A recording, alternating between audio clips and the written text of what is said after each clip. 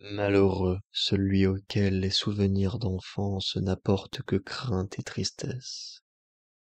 Misérable celui dont la mémoire est peuplée d'heures passées dans de vastes pièces solitaires et lugubres, aux tentures brunâtres et aux alignements obsédants de livres antiques, et de longues veilles angoissées dans des bois crépusculaires, composés d'arbres absurdes et gigantesques, chargés de lianes, qui, en silence, poussent toujours plus haut leurs bras sinueux.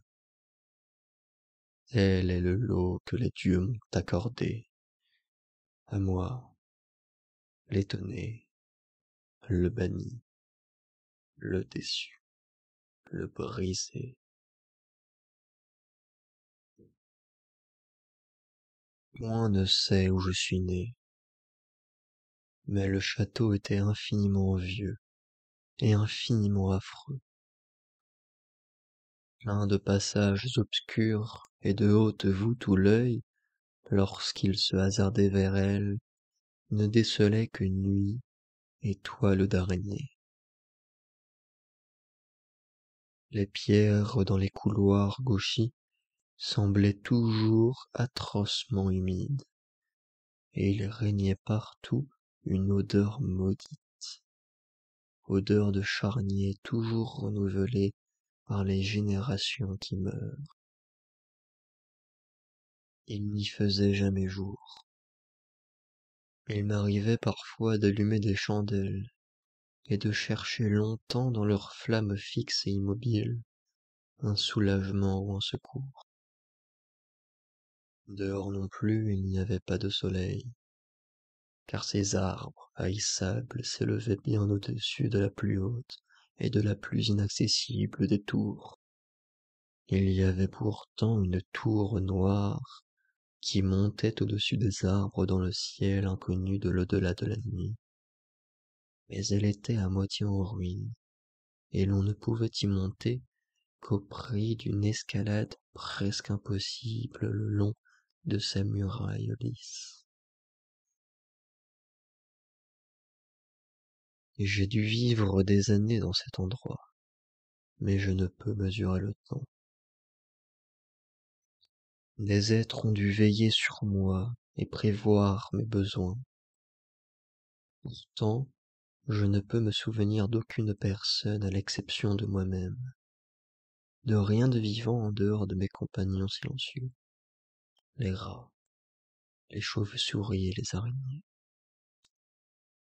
Je pense que la personne, quelle qu'elle fût, qui veilla sur mes premières années, devait être d'un âge incroyablement avancé, car ma première conception d'un être animé ressemble à une caricature de moi-même, déformée, réduite et pourrissante comme le château même.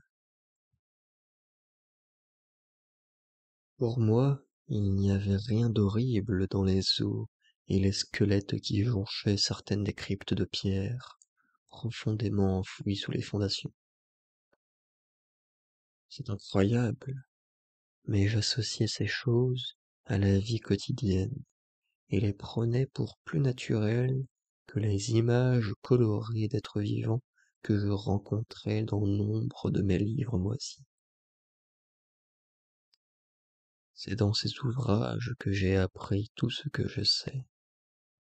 Je n'ai pas eu de précepteur pour me guider, pour me conduire, et je n'ai pas souvenir d'une voix humaine au cours de toutes ces années, pas même de la mienne, car si j'ai lu des livres qui parlaient du langage, je n'ai jamais essayé de parler à voix haute. Mon aspect physique, je n'y pensais jamais non plus, car il n'y avait pas de miroir dans ce château, et je me considérais moi-même, automatiquement, semblable à ces êtres jeunes que je voyais dessinés et peints dans les livres, et je me croyais jeune parce que j'avais peu de souvenirs.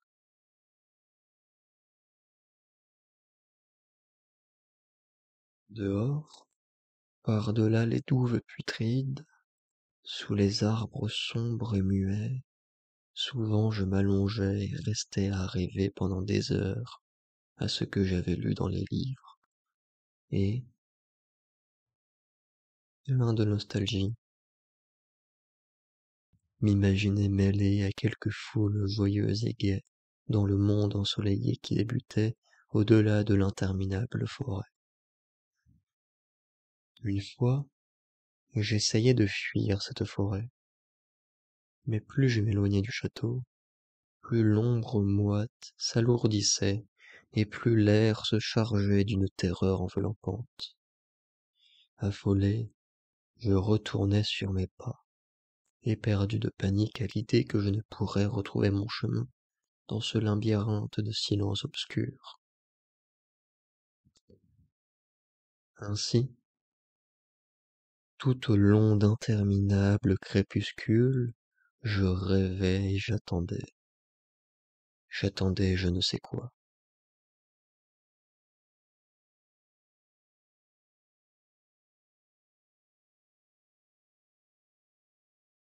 Mais dans ma solitude noire, mon désir de clarté devint si fort et si poignant que je n'étais plus capable de me détendre, de me reposer, et que je tournais toujours mes regards et tendais toujours mes mains avides vers cette tour en ruine, sombre et solitaire, qui montait au-dessus de la forêt, jusqu'au ciel inconnu de l'au-delà. Finalement, je me résolus à faire l'escalade de cette tour. Dussé-je y périr? Car mieux valait voir le ciel, quitte à en mourir, que vivre sans jamais connaître le jour. Dans le crépuscule moite, je montais donc les degrés de pierre usés par les siècles jusqu'au dernier, et ensuite entamais la dangereuse ascension en m'aidant de saillies précaires aux jointures des pierres. Épouvantable, affreux et lisse, ce puits de pierre morte, un puits d'encre, fissuré, désert, sinistre avec ses chauves-souris étonnées dont j'éveillais les ailes silencieuses. Mais plus affreuse et plus angoissante encore, la lenteur de ma progression, car je vais beau monter et monter, au-dessus de moi l'obscurité ne s'éclaircissait point. Une nouvelle terreur grandit en moi, celle que suscite la pourriture maudite et vénérable. Des frissons m'ébranlaient, et je me demandais pourquoi je n'atteignais pas la lumière. J'aurais baissé les yeux, si je l'avais osé. J'imaginais un moment que la nuit devait être tombée d'un coup sur moi. En vain, de la main, je tâtonnais pour essayer de rencontrer l'embrasure de la fenêtre par laquelle je pourrais me pencher, et savoir à quelle hauteur j'étais parvenu. Mais tout à coup, après plusieurs éternités passées à me traîner, collé à la paroi de ce précipice concave et affolant, ma tête heurta quelque chose de dur, et je compris que je venais d'atteindre le toit, ou tout au moins quelques paliers. Toujours dans le noir, je levai une main et tâtai l'obstacle. Je m'aperçus qu'il était de pierre et immuable. C'est alors que j'entrepris cette aventure odieuse, faire le tour du donjon, m'accrochant aux faibles prises que m'offrait la muraille grasse.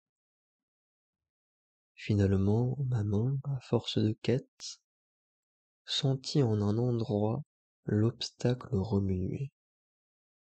Je me hissai, poussant de la tête la dalle ou la porte, car je me retenais des deux mains dans cet effort délirant.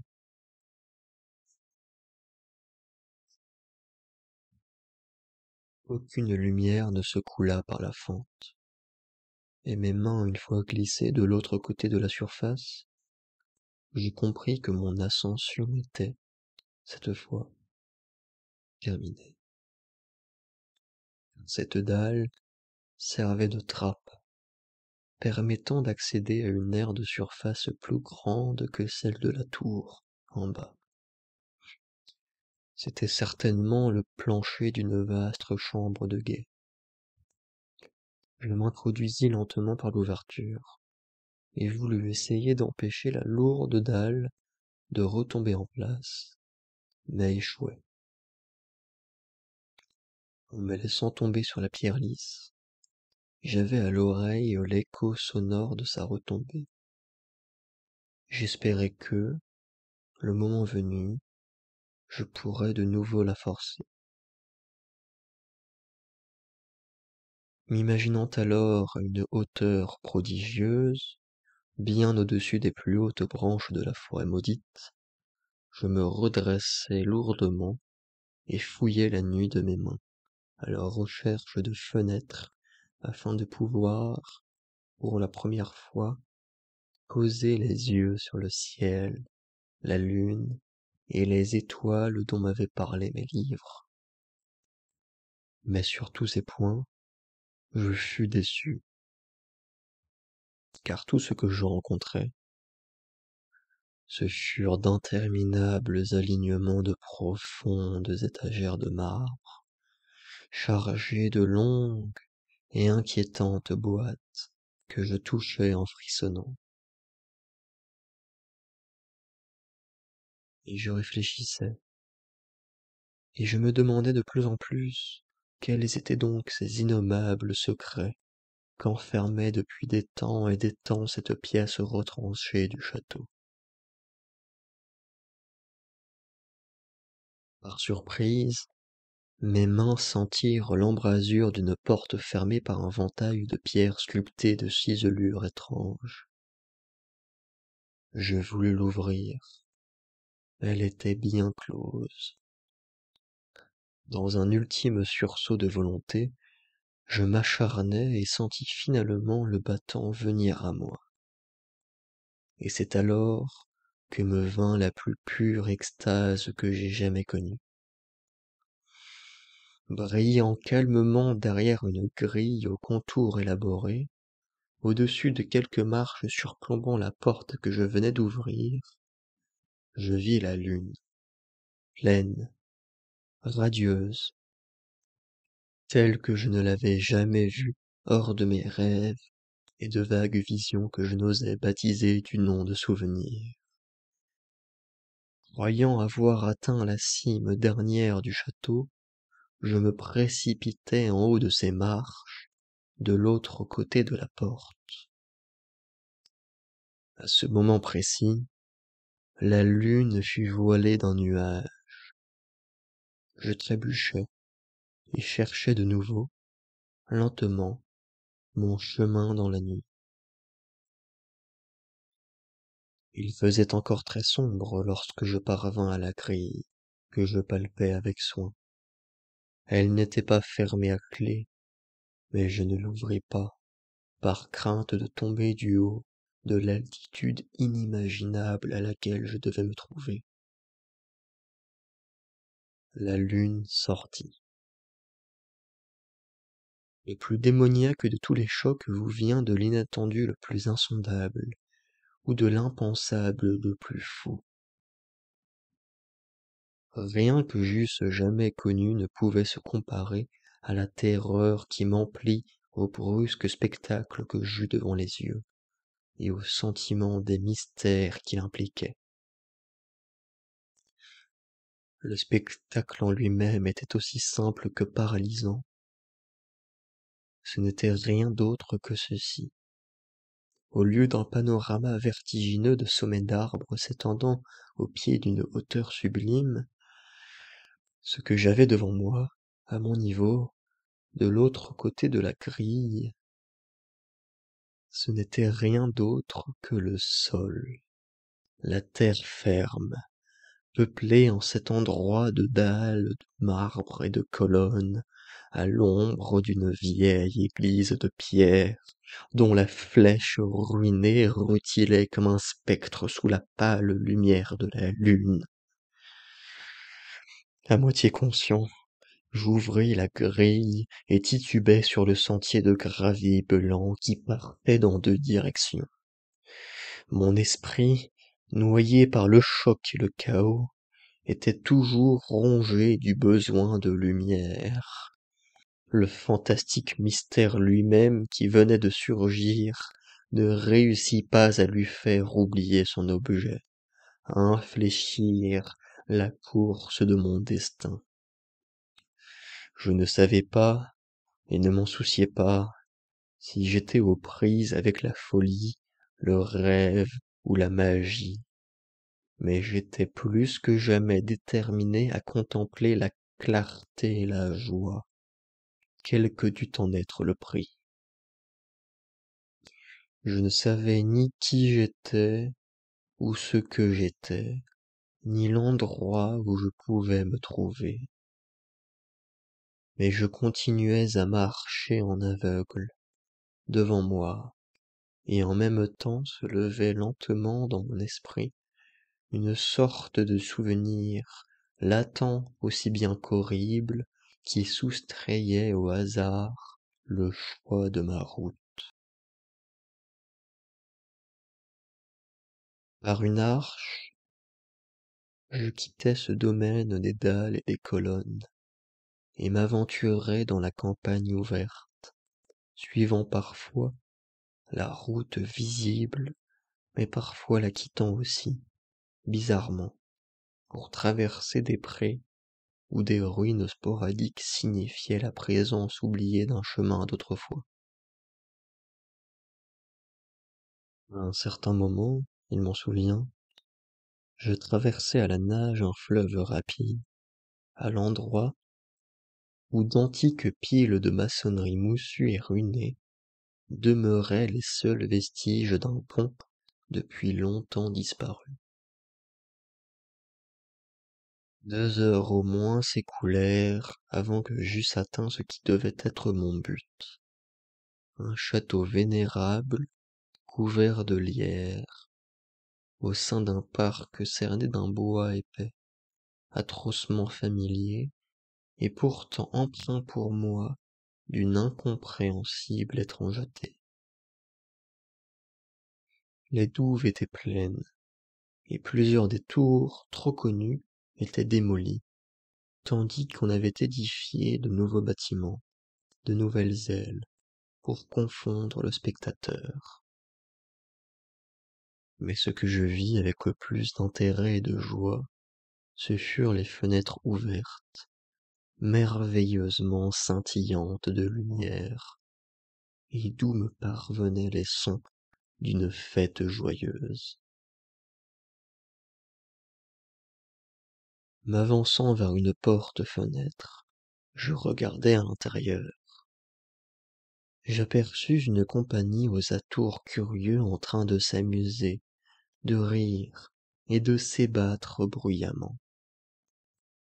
Sans doute n'avais-je jamais entendu le son de la voix humaine, car je ne compris que vaguement ce qui se disait. Certaines des têtes semblaient avoir des expressions qui réveillaient en moi des évocations et des souvenirs incroyablement anciens. D'autres personnes m'étaient totalement étrangères. Je pénétrai par cette porte dans la pièce brillamment illuminée, et ce faisant, passai au même moment de l'espoir le plus heureux aux convulsions du désespoir le plus noir, à la prise de conscience la plus poignante. Le cauchemar s'empara immédiatement de moi. Dès que j'entrai, j'assistai à l'une des manifestations les plus terrifiantes qu'il m'ait jamais été donné de voir.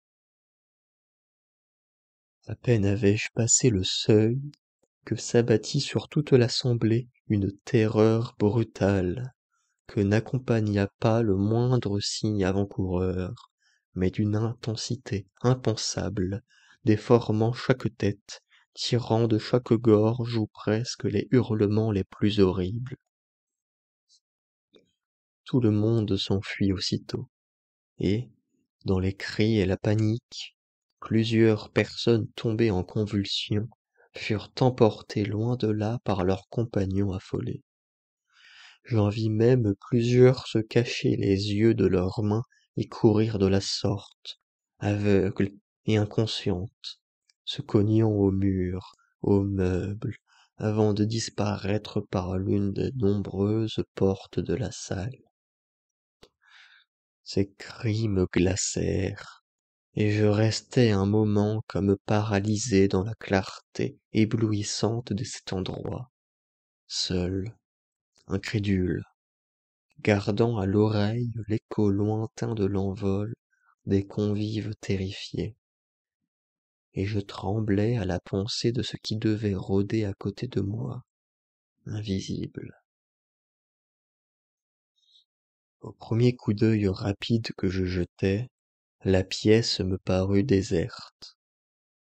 Mais en m'approchant de l'une des alcôves, j'eus l'impression d'y deviner une sorte de présence, l'ombre d'un mouvement derrière le cadre doré d'une porte ouverte qui menait à une autre pièce assez semblable à celle dans laquelle je me trouvais.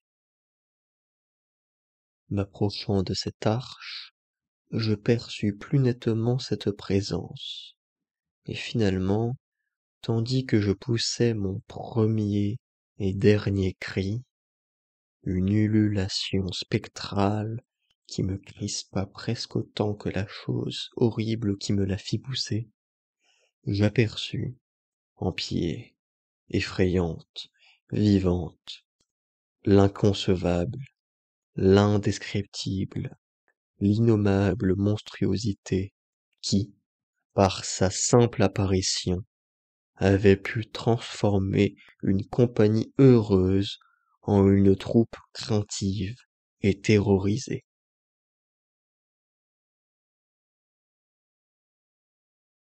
Je ne peux même pas donner l'ombre d'une idée de ce à quoi ressemblait cette chose, car elle était une combinaison horrible de tout ce qui est douteux, inquiétant, importun, anormal et détestable sur cette terre. C'était le reflet vampirique de la pourriture, des temps disparus et de la désolation, le fantasme putride et gras d'écouture d'une révélation pernicieuse dont la terre pitoyable aurait dû pour toujours masquer l'apparence nue. Dieu sait que cette chose n'était pas de ce monde, ou n'était plus de ce monde. Et pourtant, au sein de mon effroi, je pus reconnaître dans sa matière rongée, rognée, où transparaissaient des os, comme un grotesque et ricanant travesti de la forme humaine. Il y avait, dans cet appareil pourrissant et décomposé, une sorte de qualité innommable qui me glaça encore plus. J'étais presque figé, mais non incapable d'effectuer un effort pour m'enfuir. Je titubai en arrière, sans pour autant parvenir à rompre le charme sous lequel me tenait ce monstre sans voix et sans nom. Mes yeux, ensorcelés par ces orbites vitreuses qui se vrillaient ignominieusement dans les miennes, mes yeux se refusaient à se fermer. Certes, et j'en remercie le ciel, la vision qu'il me transmettait était voilée, et, le moment du premier choc passé, je ne distinguais qu'indistinctement cet objet terrible. J'essayais de conjurer cette vision en portant ma main devant mon visage, mais mes nerfs étaient dans un tel état que mon bras ne répondit qu'imparfaitement à ma volonté. Cette tentative me fit à moitié perdre l'équilibre, et je basculai en avant et trébuchai de plusieurs pas pour éviter de tomber. Je me rendis soudainement compte, dans un moment d'agonie, que la répugnante charogne était à quelques centimètres de moi. Il me semblait en entendre la sifflante et caverneuse respiration. Presque fou, j'eus encore la force de tendre le bras pour écarter la fétide apparition si proche de moi, quand, dans une seconde où les cauchemars du cosmos rejoignirent les accidents du présent, mes doigts entrèrent en contact avec la patte pourrissante et ouverte du monstre sous cet encadrement d'or. Non, ce ne fut pas moi qui hurlai. Tous les vampires sataniques qui chevauchent les vents nocturnes hurlèrent pour moi, en même temps que, dans l'espace de cette même seconde, s'effondrait d'un seul coup sur mon esprit la cataracte, l'avalanche annihilante des souvenirs, et que se rouvrait, à m'en déchirer l'âme, ma mémoire. En cette seconde, je compris tout ce qui avait été. Je me souvins de ce qui avait précédé le château effrayant avec ses arbres, et je reconnus l'altier édifice dans lequel je me trouvais. Et je reconnus, et rien ne fut plus terrible, l'abominable malédiction qui ricanait devant moi, en même temps que je rompais le contact de mes doigts souillés avec les siens. Mais le cosmos recèle aussi bien le baume que l'amertume, et ce baume est le Népenthes. Dans l'horreur suprême de cette seconde, j'oubliais ce qui m'avait horrifié, et l'explosion de cette mémoire nocturne s'évanouit dans un chaos d'images, s'estompant en échos toujours plus loin. Dans un rêve, dans un cauchemar, je m'enfuis en courant de cet endroit hanté et maudit. Je courus, rapide autant que silencieux, vers la lumière de la lune. Je retrouvai le cimetière peuplé de marbre, descendis les degrés, mais la dalle de pierre était impossible à ouvrir, et je ne le regrettais pas, car j'avais haï cet antique château et ses arbres impossibles. Maintenant, je chevauche les vents de la nuit, avec les vampires moqueurs et amicaux, et joue le jour parmi les catacombes de Néphrenka, dans la vallée secrète et close de Hadot, près du Nil. Je sais que la lumière ne m'est pas destinée, sauf celle de la lune sur les roches tombales de Neb, et qu'aucune gaieté ne me revient sinon les fêtes sans nom de Nitocris sous la grande pyramide. Et pourtant dans ma nouvelle condition, dans ma nouvelle liberté, j'accueille presque avec le sourire l'amertume d'être autre. Quoique le Népenthes ait mis la main sur moi, je sais pour toujours que je suis d'ailleurs, un étranger en ce monde, un étranger parmi ceux qui sont encore des hommes. Et cela je le sais du moment où j'ai tendu la main vers cette abomination dressée dans le grand cadre doré, depuis que j'ai porté mes doigts vers elle, et que j'ai touché une surface froide et immuable, de verre lisse.